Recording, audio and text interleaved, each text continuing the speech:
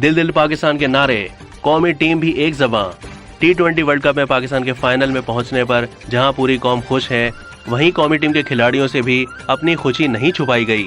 Sydney में T20 world cup के semifinal में न्यूजीलैंड को 7 विकेटों से शिकस्त देने के बाद जहां एक तरफ स्टेडियम पाकिस्तान जिंदाबाद के नारों से गूंजा और पाकिस्तान भर में खुशियां मनाई गईं, वहीं शाहीन्स ने भी फैसलाकुन मार्के में पहुंचने पर अपनी खुशी का इजहार मशहूर ज़माना मिल्ली नगमा दिल दिल पाकिस्तान गाकर किया।